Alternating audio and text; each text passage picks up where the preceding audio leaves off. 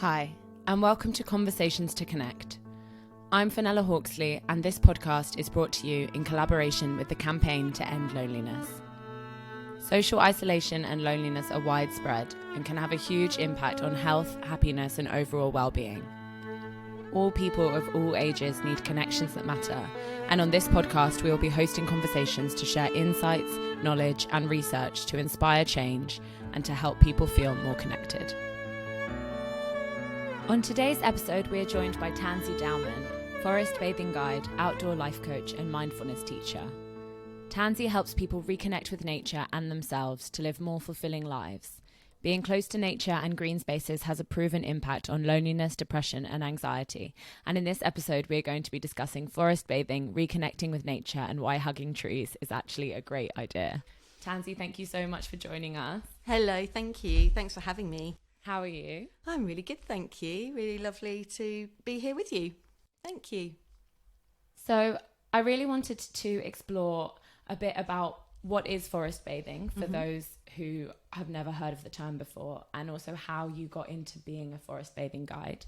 Okay, so it might be helpful if I begin by perhaps my own journey into it and discovering forest bathing, because it definitely wasn't something that I suddenly was like, oh, I want to be a forest bathing guide.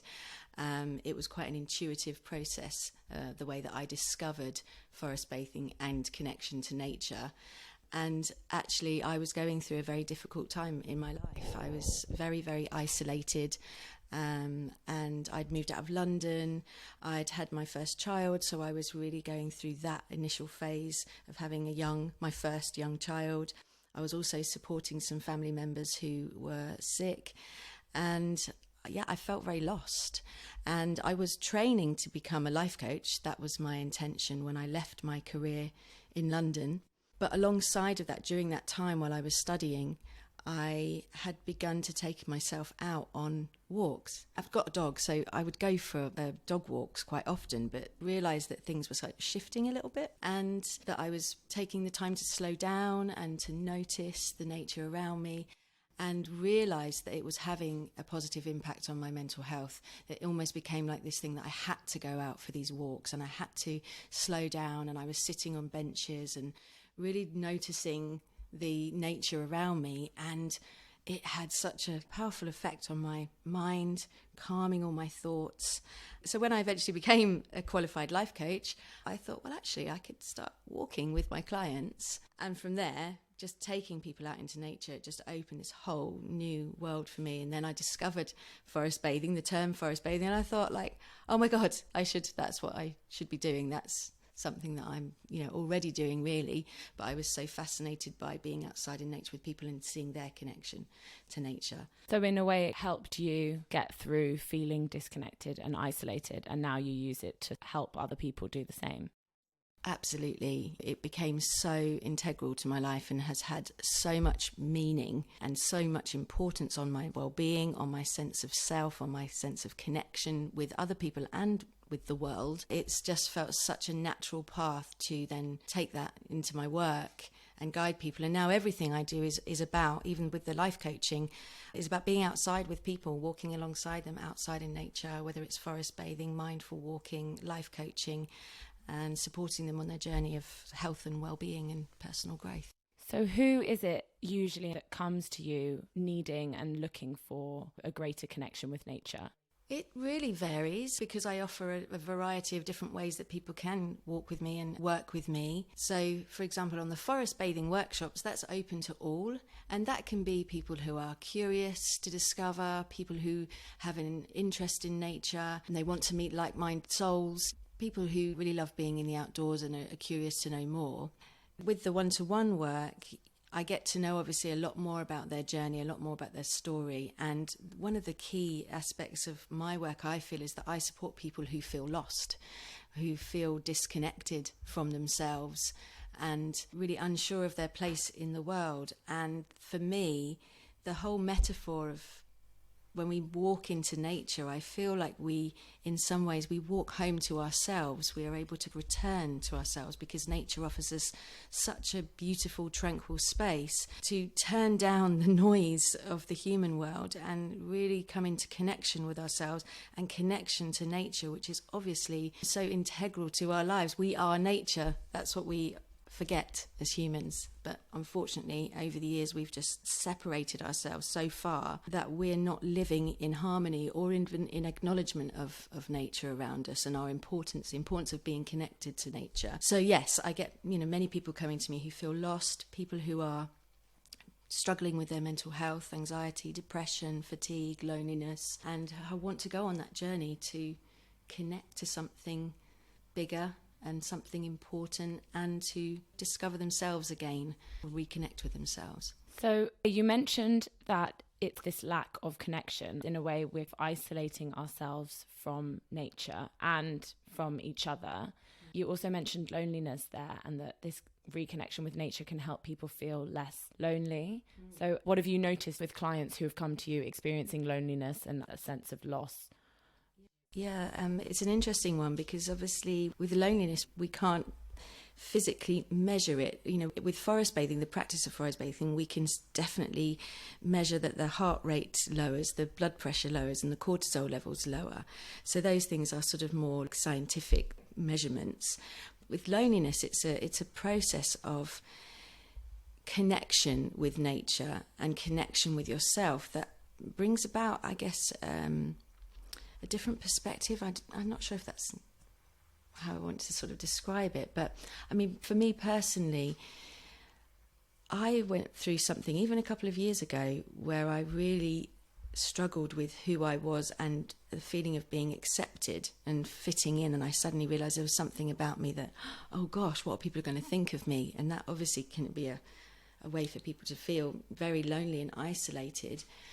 And nature was such a huge support in me because I felt such a sense of belonging to nature, because I have, I guess, really lived with that belief for several years now that I am nature and I'm not separate from nature. And so when I spend time in nature, I do feel a sense of belonging. I feel a sense of safety, security. I feel free to be me. I feel that I don't need to put on any false mask, or that nature will meet me and accept me exactly as I am. And so I guess when you go with that intention and you're meeting with other people that also want that experience, they want to connect with nature, they want to feel that there's something more out there to the craziness of the human world, it can grow connection to humans and to nature. And yeah, that sense of belonging, it's pretty powerful, and it has been incredible for me. And do you see the transformation in people who come to the session? Absolutely. I mean, even in one forest bathing session, just to notice a sense of relief on people's faces, a sense of peace and contentment. It's just a really unique activity. The aspect of physically stepping into a place of nature, so you're walking away from the fast-paced life, social media, obviously screens, noise, distractions of the human world, and stepping into a place of nature that is so calming and tranquil, and that gives people the chance to be with themselves in a way and then feel at ease with being with themselves as well, and supported and nurtured by nature. It's wonderful to see.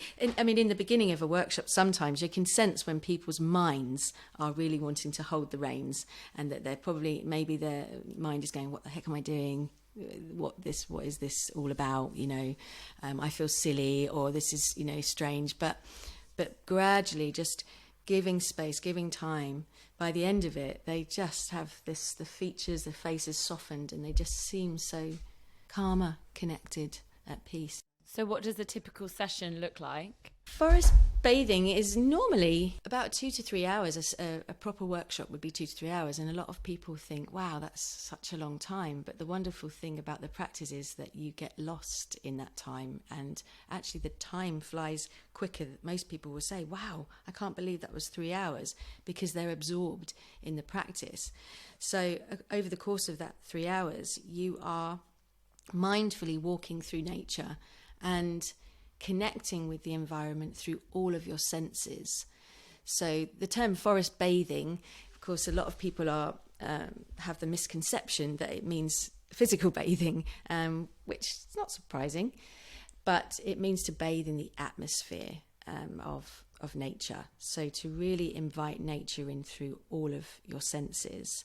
So I am essentially the guide leading people on a journey through the forest, and then I will offer them different ways and exercises and invitations that they can do to deepen that connection with simple exercises. We call it sit spots, where we'll get somebody to sit by a tree and notice things that are moving around them, or we may get them to sit and simply listen to all of the different sounds that they can hear. So I'm encouraging that tuning into the different senses, and the act of physically slowing our pace down has a very powerful effect as well, because we all walk incredibly fast in our lives. So it's this whole slowing down, noticing, connecting with the senses, sharing obviously some things, although it's optional. It can be a very solo experience if you just need peace and quiet, but then very connective if you want to share your experience. And we finish with a lovely circle at the end with herbal teas and plant-based snacks, and sit and share our reflections on the workshops. So the Campaign to End Loneliness did a study on loneliness in London. And in the study, it showed that people that lived closer to a green space were less likely to suffer from loneliness and other mental health issues such as anxiety and depression.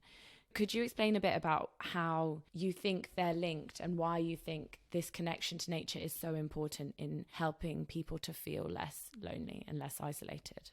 Yeah, that doesn't surprise me at all, of those findings.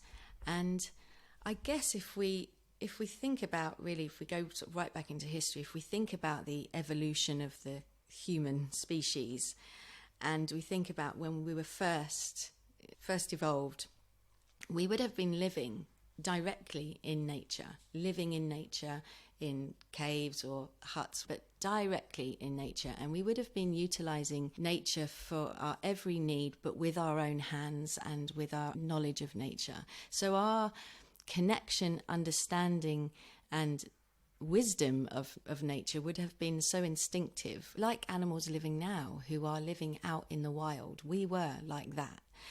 And of course we think, oh, but that was so long ago. But it actually, in terms of our evolution, the life that we're now living is so alien, and it's so short in comparison to the rest of the time that we have been evolving directly in nature. Actually, one of the biggest jumps, I suppose, that we've taken as humans was the Industrial Revolution, where suddenly there's this big boom, and then we're all working longer hours, and it became very much about, the striving, working, and then people were moving away from their families and building bigger houses. And think now, unless we're being intentional about nature, we're not really spending any time. We're living in houses that are highly insulated, driving in cars, going to offices, many things that we need. We're not foraging for food, we're just going to the supermarket or ordering it online. And everything is now disconnected from nature. So one of the ways I describe it is, as humans, we're like fish out of water in terms of being plucked out of nature. And when you think about that fish that's flapping around, it needs its life force. It needs to be put back in the water. And I see that the same with humans, that we need to be in natural environments. We need to be in those spaces. They make us feel calm. The physical evidence shows that scientific research. And there is this deep sense that this is our belonging, this is our home, this is where we evolved. And that is why I believe that people who live closer to nature and closer to green spaces feel that sense. They feel, I don't know, have you stood and looked at a beautiful view and done that audible sigh where you just go like, when you look across out into the sea or look into the mountains and you just see, or a beautiful woodland, and you just go, And that is a safety sign, a sign of recognition, of reassurance. It's calming. Being around trees, it's calming. And I think that our nervous system can get so dysregulated in a city, and you can constantly feel a bit on edge. Like, they've even done studies on loneliness in cities versus in the countryside. And people in cities, despite the fact that we live so many more people in a city than in the country, are far more likely to be lonely. We're far more likely to be disconnected. loneliness in London is the worst in the whole of the UK. And we have that huge disconnect from nature. And you know what? Somebody might never have lived they might not have grown up, like I grew up in a little village, but some people might think, well, I never lived near nature, so why do I need it in my life? But I believe that it's the body that remembers. It's the body that remembers and responds to nature, because we are animals, we are nature. It blows my mind sometimes, but then it also it makes me feel quite sad, I guess, because we have drifted so far away from nature. And I do believe that so much of our feelings of disconnection, we may be thinking that our disconnection is something else, but I really believe that connection with nature is so important for sort of a foundation of connection to what it means to be human, what it means to be living on this planet, to be part of this massive web of nature. And in a way, even just feeling part of something greater than yourself contributes as well to that feeling of not feeling isolated and alone, because you are part of nature. Yes, exactly. That's the belonging that I was sort of talking about, that sense of like, I am part of something here. And when we say, oh, connecting to a bigger picture, I think some people might be afraid that there's a religious or a spiritual context. And yes, forest bathing can become a spiritual practice, but it doesn't have to be. And it certainly doesn't need to have any religion. It is connecting to the bigger picture of this planet, of this earth, this fascinating planet that we live on. And you suddenly feel like, yeah, actually, this is amazing. What advice would you give to someone who doesn't live very close to green spaces? Well, I would urge them to have nature in their homes, because that is still very beneficial. As much sort of green energy, I call it, that you can bring into your homes. I mean, I was talking a lot about that in lockdown, about how we can connect to nature in our homes. So having house plants, they're very oxygenating, and having a living species plant in your home is lovely to nurture. Even listening to nature sounds, that's also been now proven that it helps to support anxiety and depression. So you can have birdsong in the background. I think as well, a lot of people have watched David Attenborough documentaries, and he's incredible. But all of those documentaries around nature, watching nature on television, has been proven. Having pictures of nature around your home. So there was another study in a hospital where they showed that the people who had either a view of nature, so they couldn't actually go outside into nature, but they had a view, they healed faster than the people who didn't have a view. And of course, yes, it's nice if you can have a view, but if you don't, if you have a beautiful picture, if you're listening to sounds, if you're watching it on the television, that's great. And then, of course, thinking about ways that you can perhaps make a trip when you have the time and the resource to do that, seeing if you can find local parks, local forests, woodlands where you can have access to, and see if there are any groups, I guess, as well, or walking groups, things like that. So you also mentioned that you have been getting involved with social prescribing. Not quite yet. I mean, I'm just learning about it at the moment. Yeah, I'm not actually working at all in social prescribing, but I'm really, really interested, and I'm a massive advocate of it, because it's fantastic that now we are just starting to introduce social prescribing on the NHS. For those of people who don't know exactly what social prescribing is, could you explain it? Yes, so, well, they can call it either social prescribing or green prescribing, and it's when you perhaps go to your local GP and you're feeling unwell with your mental health, or you're struggling with fatigue or loneliness or depression, anxiety, perhaps, isolation, or things like that. Now they're basically starting to look at your whole life. Instead of perhaps saying, okay, I'm going to prescribe you with a medication, which they may also do, and that's great as well, but then looking at the whole picture of your life, about things that you perhaps would help to get you outside, whether it's also looking at nutrition as well, and activity, physical activity. And so they can begin to link up with these social prescribing providers who are offering things like walking, connection with nature, I even saw a pilot scheme about wild swimming, so you could wow. sign up and get a course of wild swimming. Interesting. And singing clubs, crafting, creative clubs, which are all things that really help to create connection, especially with your community or local community. So, yeah, I mean, I would love to, but I've got a ways to go yet before I can actually be involved. But the call that I was on, there was somebody from Kent Wildlife Trust on that call, and she showed us an amazing short video of the project that she's rolled out called Wilder Wellbeing. And it's a 6-week course.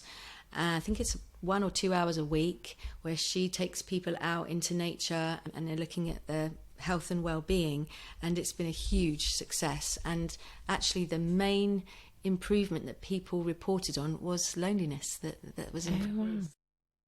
I think that for quite a long time, we have been looking at just treating symptoms in healthcare. And I think that there's definitely a big movement towards looking at a more holistic approach and the root cause. And even, I mean, loneliness can manifest itself in illnesses, and it can actually lead to depression and anxiety. But rather than, like you said, just treating that with medication, is there a way that we can look at a wider picture and things that might not necessarily take up so much of like the GP's time and the NHS? And it could be wild swimming, reconnecting with nature, forest bathing. Yeah, it's fantastic. I mean, actually in Japan, where they started forest bathing, the term, it comes from Japan. The term is actually Shinrin-yoku, which directly translates as forest bath. And Japan, they started doing this in the 80s, and they were prescribing people back in the 80s to actually go and spend time in nature. They set up forest retreats around the country because they knew kind of intuitively, instinctively that nature was good for people's health. And the country, although you've got these massive cities, the rest of the country is just like enveloped, or what's the word I'm looking for, draped in lush forest. So they set up these forest retreats, and they would prescribe you to go and stay in the retreat and go forest bathing. So, I mean, it's incredible that they were doing that back in the 80s, and we're just starting it, but it is really positive to see that could be a future for people, that actually they could have a holistic approach, like you said, to their health. Isn't there a word in Japanese for like the awe or the stillness of nature? They have so many. I think it's like one of those untranslatable words, but it's when you're met with the stillness of nature, or the feeling of I know, awe. like there's the komorebi is the sunlight coming through the trees. They have a wonderful poetic way with their language. So forest bathing originated in Japan? Yes, the term forest bathing does come from the Japanese, but I'm always then really quick to jump in and say, but I wouldn't say that they invented the practice of what we're doing, and it is ultimately a forgotten practice. And there are still many communities around the world, if we think about indigenous tribes in South America and in Australia and many places like that all over the world, where communities are still practicing living in more alignment with nature and honouring and having reverence for nature, and understanding that they are nature as well. So being with nature rather than, I'm just going to go to nature and go for a walk in nature. It's like, no, they really understand that. And other groups like Druids and pagans who would really follow the seasons and the cycle and the moon and understand the changing of the energies around that. So that's what I always like to stress, that it's not some kind of new fad, like well-being fad. Yes, the Japanese have done an amazing job by giving it an identity, a fresh identity and a name that's helping lots of people come to it. And now there are forest bathing guides all over the world, which is incredible. But it's definitely, it's something more forgotten. It's similar to meditation. It's not a new fad. It's been around for thousands of years. And it's proven similarly to provide feelings of calm, connectedness. Yeah, definitely. And actually, I say to people, if you struggle with standard kinds of meditation, then this practice is amazing, because it's a mindfulness type style of meditation, because you're obviously placing your attention onto nature. And the more you can place your attention onto nature, of course, the more that helps to calm the mind and the busyness of thoughts there. But you're in motion. I mean, I personally do sometimes struggle with just sitting down on a cushion with my eyes closed and, okay, I'm just going to sit here for 20 minutes. And that can sometimes be quite challenging, being a mum and business owner and everything that, all the things that you need to do. But whereas when I go into nature and go, right, 20 minutes, I'm going to take a walk, slow walk, and offer my attention to nature, then it's a very similar process to meditation, but I feel a lot more perhaps accessible. So kind of like a mindful practice where you can go on a walk in nature and spot things in nature, so which takes your mind off other things like the busyness and the stress of life. Yeah, definitely. And also it helps you to be present, because our minds don't want us to be here. They want us to either be in the future worrying, planning, or they want us to be in the past of replaying things. And it can be a struggle to stay present, to stay here, because also we're in the human world, we're constantly being sort of distracted by things. So when you're placing your attention onto nature, you're looking at that tree, you're listening to the birds sing, all of those things are here.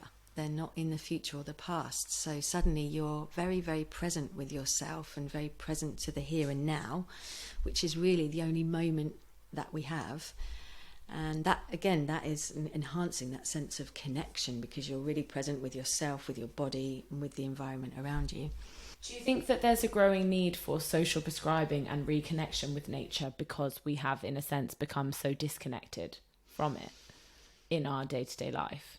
Yes, absolutely. And I think that, the research around nature connection, I would say it probably goes back further, but I think in the last sort of 20, 25 years, the scientific research is coming through. And of course we do now as a species, we do like to have evidence, don't we? We like facts and figures, we like to back that up. There are tons of books out there, tons of research papers showing the phenomenal effects of nature on our health.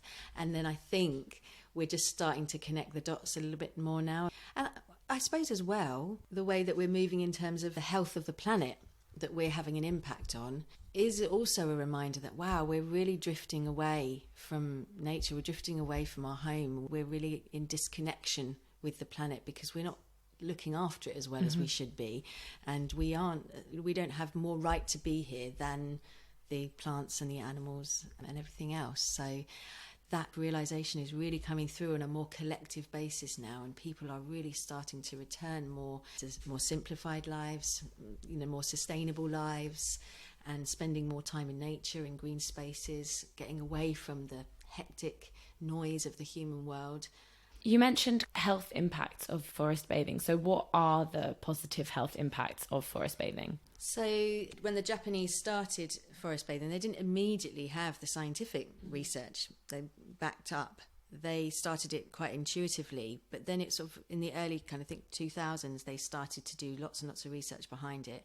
And the results that they found were that in a 2-hour session where you're mindfully walking through nature, you can expect your heart rate, blood pressure and cortisol levels to lower. That was one of the 3 core things. Now, those, of course, are chemical, physical things, but they're all indicators that we would be in fight or flight, in that kind of highly alert state, that we'll be in a stress form if we've got high cortisol, blood pressure, heart rate. So when there's a lowering of all of that, on an emotional level, people will report things like feeling at ease, feeling calm, feeling joyful, feeling grateful, feeling content within themselves. People can get quite emotional because suddenly they realise that they're so tightly wound up and they've just given themselves a chance to release. It's like a pressure cooker, releasing that pressure out, and they suddenly like, oh, wow. So there's all these lovely emotions that will come through from that. Another thing that they discovered with forest bathing is that it's incredibly good for your immune system. And this is, again, where we shouldn't actually be surprised by this, but it is fascinating. They discovered that trees emit tiny particles into the air, and they're emitting these particles to essentially protect themselves from the threat of invasion from bacteria or fungal infection or insect. So they're kind of sending them out, and these little particles are called phytoncides. But what the Japanese realised is that when humans breathe in those phytoncides, and they're completely microscopic, we don't know, but when we're walking through a woodland, you smell those earthy scents, especially in a pine forest. They're the most potent in pine forests. When we breathe those in, they increase our natural killer cells, which are the cells that we use to fight off viruses, bugs, colds, things like that. And what was even more fascinating was that they sort of said that not only did they increase, but the cells stayed increased for up to a month. So you get this amazing boost to your immune system as well, which is obviously going to help with your resilience against everything that's out there as well.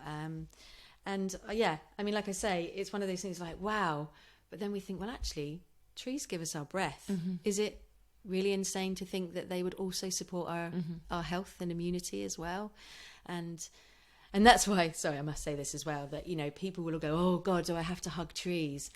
Is all that tree hugging business. And I would never force anybody to hug a tree. But then when I say to them, this tree... very beneficial to your health. And you maybe don't need to hug it, but let's give some gratitude and reciprocity of actually acknowledging all of the hard work that trees do for us in terms of all the pollution that they filter out in London. They're all these huge London plane trees, which are particularly good for pollution. And over time, people who come back to me, they do actually think, you know what, actually, I can be with this tree. I can feel a connection here. I can, even if I'm leaning my back up against it, or I'm just sitting snug down with leaning up against the tree, I don't necessarily have to hug it, but I can feel a real sense of connection and gratitude for being with the trees and all that they give us. So I was listening to a podcast that was saying about, similarly to what you said with the properties of the trees emitting... did you say emitting particles? Yeah, like phytoncides. So people who go wild swimming, that also boosts their immune system. Yeah. Because there's a lot of plants, bacteria in the rivers, but that can be really good for boosting our immune system. Yeah. Well, if you think about cold water therapy, that people are saying that, cold water is incredibly good for our immune system and mental health. Again, going back to...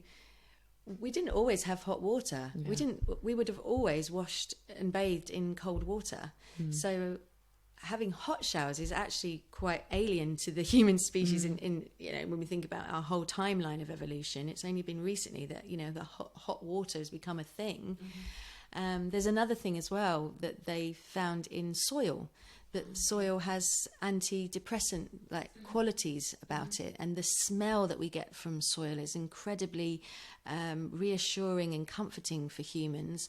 It's like, when it rains and they get that lovely smell, they call it petrichor, I think. That smell that we kind of all go, oh wow, that's a lovely smell. And that smell for us when we were living as hunter-gatherers, that would have helped us to understand actually where water was. So it's almost like, again, I think that's like, that's that sort of sense of survival, or, we don't know that, obviously, we would never know that fact, but we know that we smell that smell and go like, oh, it's so lovely and earthy and comforting. And then, the antidepressant quality in it as well. So community gardening is another incredible way for connection and mental health and well-being, and loneliness as well, As you mentioned, we've spent thousands of years evolving to be in nature, to understand nature, to thrive in nature. And I guess, yes, recently our current way of living is disconnecting us from that. Yeah. And so all of these things that we can do, such as being in forest bathing, wild swimming, community gardening, those can kind of bring us back to, in a sense, what it actually meant to be human. Yeah. Absolutely. And actually, when you think about it, yes, the pandemic was very isolating in many ways, but because we could only, at that one stage when we had our first lockdown, we were only able to go out for that 1 hour a day. But many people, that was just going out for a walk in nature. And since that time, activities out in nature have soared. So really? What's the end of the pandemic? Yeah, I think during that time, because our choices were limited, weren't they, in what we could do. So even when, let's say, we could meet up in a group of, what was it, 5 or 6? Wow, I can't remember now. And so people were things like kayaking and paddleboarding, because that was safe to do and you didn't have to be close to lots of people, or people were going out foraging, hiking, all of these activities. Yeah, anything that was kind of an activity in nature has really seen an increase. I mean, I personally have seen an increase of people coming to me since the pandemic. And yeah, I think so many people during that time, because their choices were limited, they couldn't do all the things that they would normally have done. They went out for that walk during the day and they were like, oh, actually, that was really lovely. I feel calm. I feel much better for that. And people were discovering nature on the doorstep. I mean, I live in Edenbridge and I know so many of the gorgeous walks that are just around here, but there were people that have been living in this town longer than me who didn't know about the amazing fields and the rivers and all the beautiful pathways that you can go down that are around here that are 5 minutes, 10 minutes outside of our house. So yeah, I think it really has opened people's eyes, and more people are wanting to do activities now outside and connect with nature.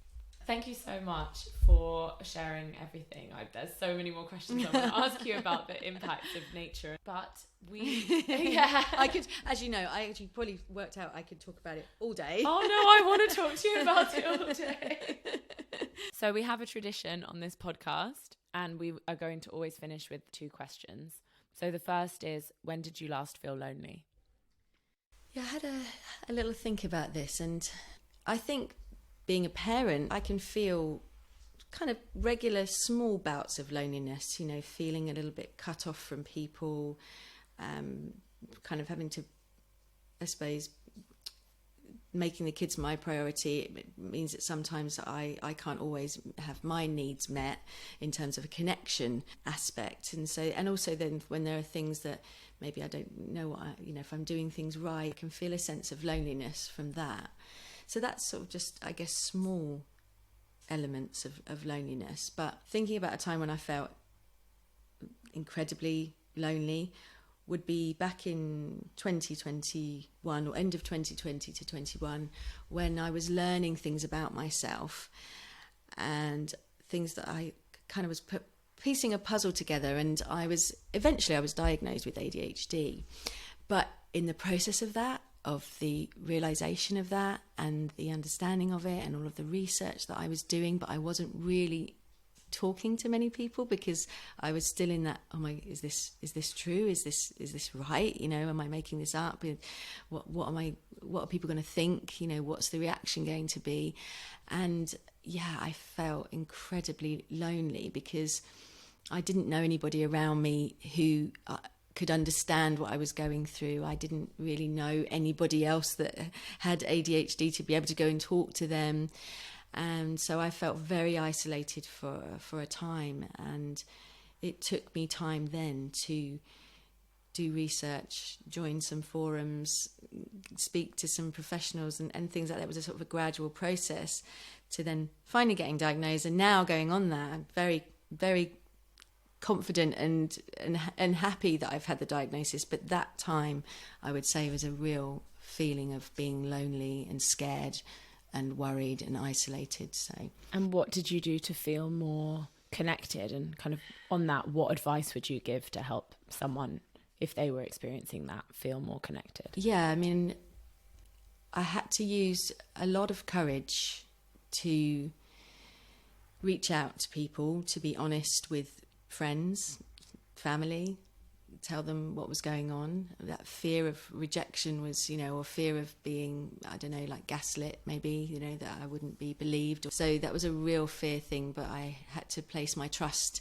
in that. And definitely nature helped me with that, because I was, like I said, that sense of belonging and knowing who I was.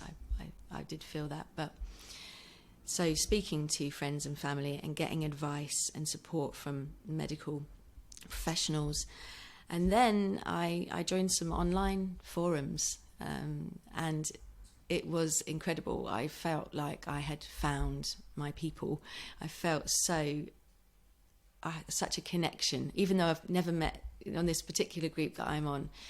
I've never met any of the people there, but I feel such a connection with them. I feel such an alliance and such a recognition and a safety in that group to be connected and to share and to be open and honest.